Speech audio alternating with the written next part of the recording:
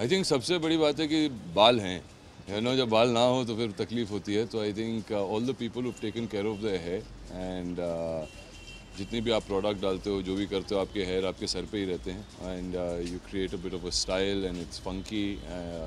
तो hairdressers I think in India have come a really really long way.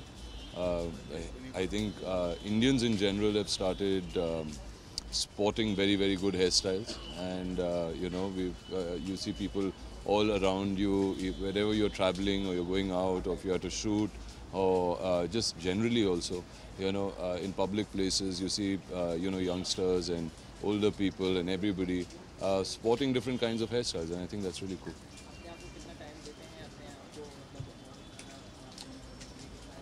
जितनी जल्दी हो जाए वो बेहतर है। ऑब्वियसली अगर आपका स्टाइलिस्ट ठीक से काम नहीं कर रहा है तो और समय लग जाता है, मगर luckily for me I have a very good team. I have Alim's team who does my hair most of the time and sometimes even B Blunt does it and so और दोनों जो हैं वो बहुत ही बेहतरीन स्टाइलिस्ट हैं. वो बहुत अच्छी तरीके से अपने जो हेयर स्टाइलिस्ट हैं उनको ट्रेन करते हैं. तो आई एंडोर्स देम कम्प्लीटली. सबसे ज़्यादा बाल किसके हैं? अनिल कपूर के.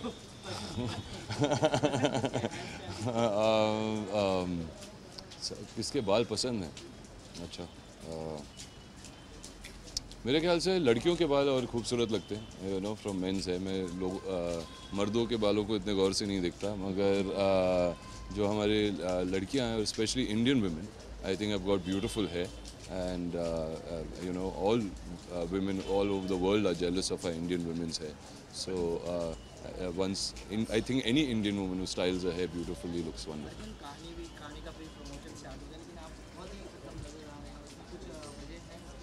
नहीं, वो वजह नहीं है. अभी मैं रॉक ऑन के प्रमोशंस में था, उससे जुड़ा हुआ था. आई हैव जॉइंड कहानी प्रमोशंस फ्रॉम येस्टरडे बिकॉज एक कमिटमेंट होती है, एक डेट्स होते हैं जो आपको देने पड़ते हैं. I have done a few shows जैसे कपिल शर्मा के शो वगैरह विद विद्या, बट अभी कल से I have joined them and now I am going to be continuously with them.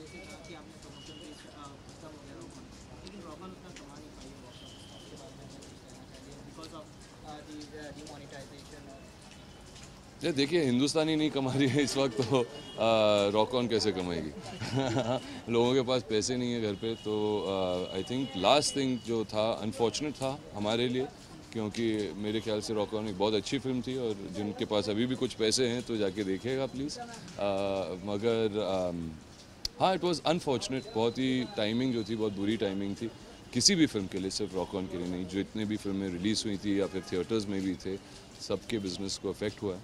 मगर लॉन्ग टर्म में मेरे ख्याल से ये हमारे देश के लिए एक अच्छा मूव है कि हम ब्लैक मनी और जो लोग काले पैसे के साथ के व्यापार से जुड़े हुए हैं उनको झटका लगा है. और ये हमारे देश के लिए अच्छा होगा कि लोग पैसे घर पे नहीं बैंक में रखेंगे, टैक्स भरेंगे और इंटरेस्ट रेट्स कम होंगे, banks will get richer.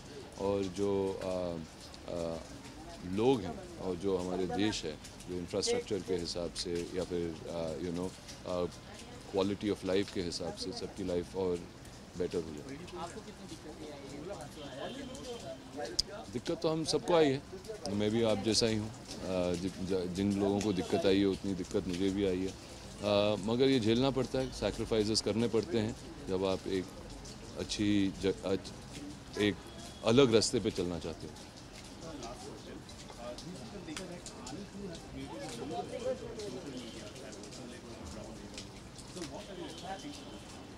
What am I expecting from Kahani 2? A lot, because we have made a very good film. I can show you about that. It's a film which Sujoy has really worked very hard on. Vidya has worked very hard on.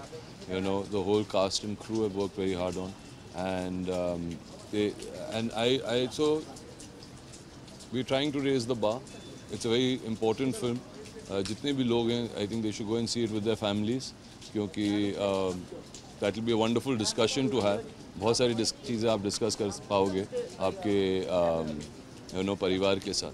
But yes, so I do hope and I keep my fingers crossed कि things become better, people get into a better mindset to go and watch a movie, and if you have to go and watch a movie, then save your money and go and watch Kahani 2.